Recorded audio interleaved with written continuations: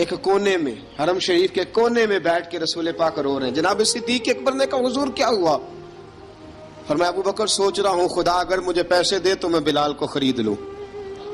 اگر رب پیسے دے تو خرید لوں، سوچ رہا ہوں۔ جناب ابو بکر صدیق گھر گئے،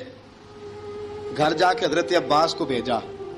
کہا امیہ میرا مخالف ہے، مجھ سے وہ بات نہیں کرے گا، آپ جائیے، آپ جا کے کہیے بلال کو بیچ ڈالے۔ حضرت عباس نے جا کے کہا بلال کو بیچ دو۔ کہنے لگا میری قیمت بہت زیادہ ہے، 50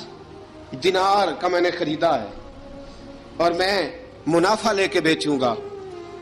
حضرت عباس نے آ کے جناب صدیق اکبر کو بتایا تو ابو بکر صدیق فرمانے لگے چل مجھے ساتھ ہی لے جا، دیکھ لیتے۔ پہنچے، جب ابو بکر صدیق کو آتے دیکھا نا تو چڑ گیا، کہنے لگا ابو بکر اگر تو بلال کو خریدنا چاہے تو وہ جو تیرے پاس رومی غلام ہے وہ مجھے دینا پڑے گا، 2 لونڈیاں اس کے ساتھ دینی پڑیں گی، اور یہ 50 دینار کا ہے، میں تجھ سے 2000 دینار لوں گا، 50 دینار کا ہے 2000 دینار لوں گا۔ حضرت صدیق اکبر رضی اللہ تعالیٰ عنہ نے فرمایا مجھے منظور ہے، مجھے منظور ہے، منظور ہے مجھے۔ ابو بکر صدیق نے وہ تینوں غیر مسلم غلام لیے، 2000 دینار لیے۔ حضرت عباس نے بھی کلمہ نہیں پڑھا تھا، کہنے لگے ابو بکر تو کامیاب تاجر ہے، کیا کرنے لگے ہو؟ تو حضرت ابو بکر صدیق کہنے لگے آپ نے بھی کلمہ نہیں پڑھا، آپ کو اس سودے کا پتہ نہیں، آپ ابھی اس لذت آشنائی سے واقف نہیں، آپ نے بھی یہ ذائقہ چکھا نہیں، آپ ابھی اس راہ سے گزرے نہیں، آپ کو پتہ نہیں یہ بھی ایک ذائقہ ہے، یہ بھی ایک سودا ہے، یہ بھی ایک لذت ہے، یہ بھی ایک گہرائی ہے، یہ بھی ایک مزہ ہے، اس کا بھی آپ کو علم نہیں، آپ نے کلمہ نہیں نہ پڑھا۔ محبت کو سمجھنا ہے تو نہ سے خود محبت کر، کنارے سے کبھی اندازہ طوفان نہیں ہوتا۔ فرمایا ابھی تو راہ گزر میں ہے، کہتے مقام سے گزر، ابھی ذرا آگے چلیں گے نا، جب آپ کلمہ پڑھیں گے تو آپ کو پتہ چلے گا۔ حضرت سیدنا بلال حبشی کو لینے کے لیے صدیق اکبر پہنچے، 2000 دینار، 3 غلام پڑھے لکھے سیانے سمجھدار، جب دیے نا تو امیہ کھلکھلا کے ہنسا، کہنے لگا ابو بکر بڑے گھاٹے کا سودا کیا تو نے، ابو بکر تو نے بڑے گھاٹے کا سودا کیا ہے، یہ پڑھا لکھا مجھے دے کے جا رہا ہے اور یہ ان پڑھ تو لے کے جا رہا ہے، یہ خوبصورت رومی غلام دے کے جا رہا ہے اور یہ حبشی کالے رنگ کا تو لے کے جا رہا ہے، اور 50 دینار کا غلام 2000 دینار میں تو لے کے جا رہا ہے، اتنے گھاٹے کا سودا، اتنی بڑی نادانی۔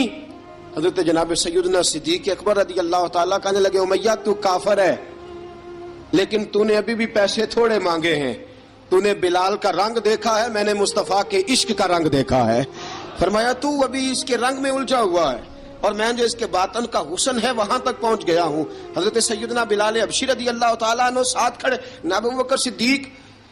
رضی اللہ تعالیٰ عنہ نے ارشاد فرمایا اگر میں یمن کا حکمران ہوتا، یمن کا بادشاہ ہوتا، اور تو مجھے کہتا کہ بلال میں تب دوں گا جب تو مجھے یمن کی حکمرانی دے گا، فرمایا میں تجھے یمن کی حکمرانی بھی دے دیتا لیکن بلال کو ضرور خرید کے لے جاتا۔ حضرت بلال حبشی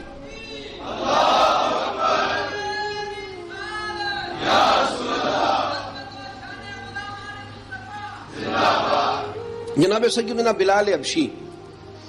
حضرت سیدنا ابو بکر صدیق فرماتے ہیں جب میں بلال کو لینے گیا تو حال پتہ کیا تھا؟ ادھر دیکھیے گا، فرماتے کہ ٹانگیں اوپر کر کے نا جس طرح آدمی رکوع میں بیٹھتا ہے اس طرح کر کے نا ٹانگیں،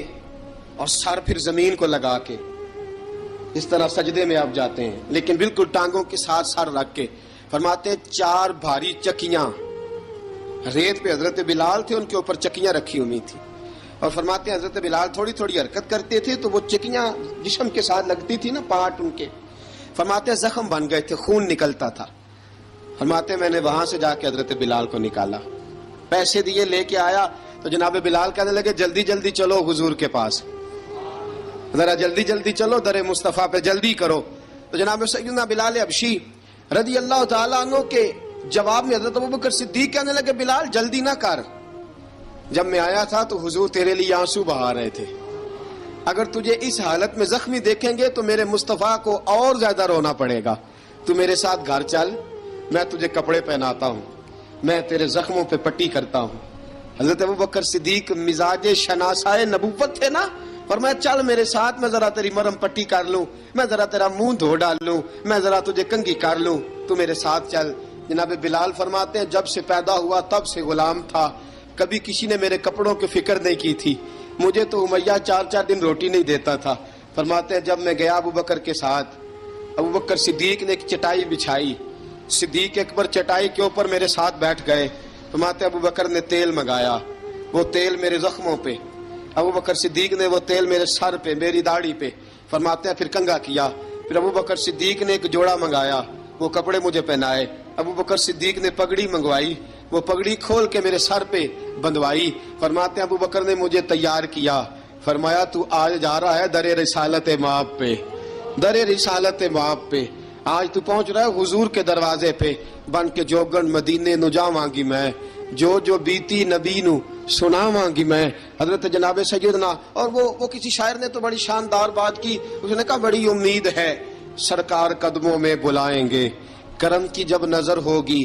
مدینے ہم بھی جائیں گے، اگر جانا مدینے میں ہوا ہم غم کے ماروں کا، مکینے گنبد خضرا کو حال دل سنائیں گے۔ حضرت بلال حبشی رضی، ان کے دل میں بڑی امنگ تھی آج جاؤں گا در رسالت مآب پہ۔ ملا رومی لکھتے ہیں کہ جناب سیدنا صدیق اکبر نے سجایا سوارا، جناب بلال کے آنسو رکتے ہی نہیں۔ کہا